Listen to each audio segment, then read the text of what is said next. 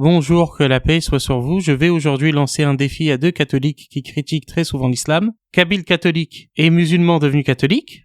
Un défi bien entendu en toute courtoisie par rapport à la question de la violence en islam, qui comme on le sait, la violence en islam n'est autorisée que dans un cadre précis, un cadre étatique, dans un état musulman sous juridiction musulmane avec un leader musulman légitime et reconnu comme tel par l'ensemble des musulmans. Mais ça c'est une autre question. Je vais leur lancer un défi.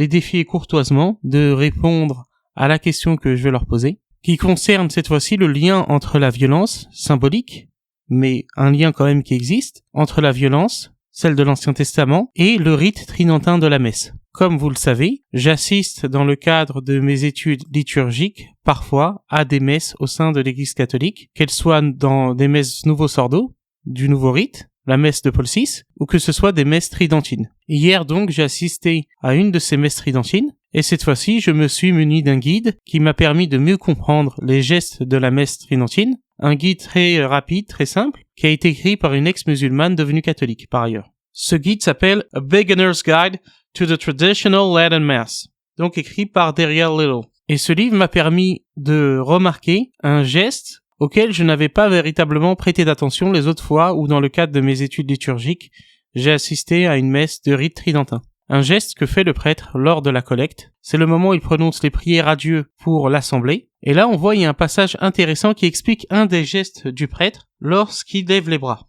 Et on va voir que ce geste a un lien symbolique très clair avec les guerres de l'Ancien Testament. The collects are the prayers of the day. The priest begins with Oramus, let us pray, to invite the faithful to pray with him. Then he extended his arms in imitation of Moses, who prayed on the mountain, while the Israelites felt. The collect ends with the servers amen, which is the Hebrew word for may it be so. Donc il est dit, le prêtre commence par la phrase Oremus, prions, qui invite les fidèles à prier avec lui. Ensuite, il étend ses bras en imitation de Moïse, qui priait sur la montagne pendant que les Israélites se battaient.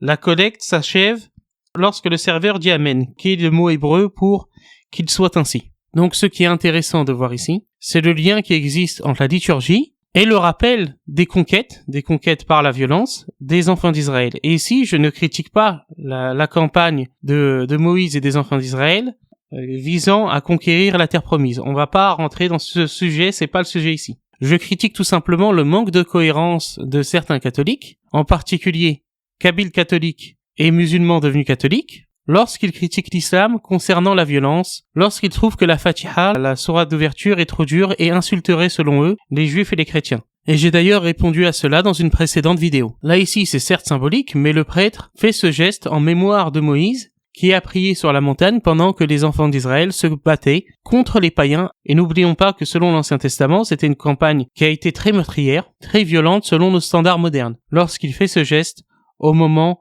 de la collecte.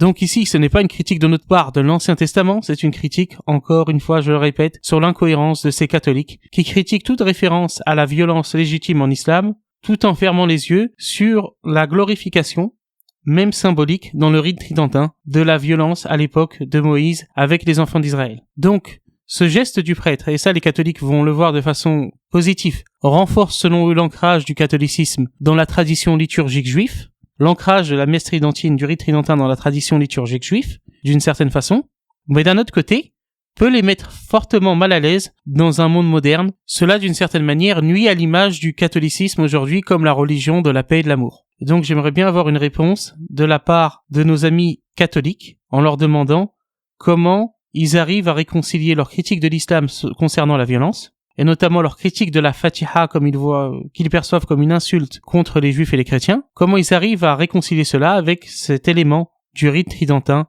Je vous remercie beaucoup pour votre attention, que Dieu vous bénisse et que Dieu vous garde.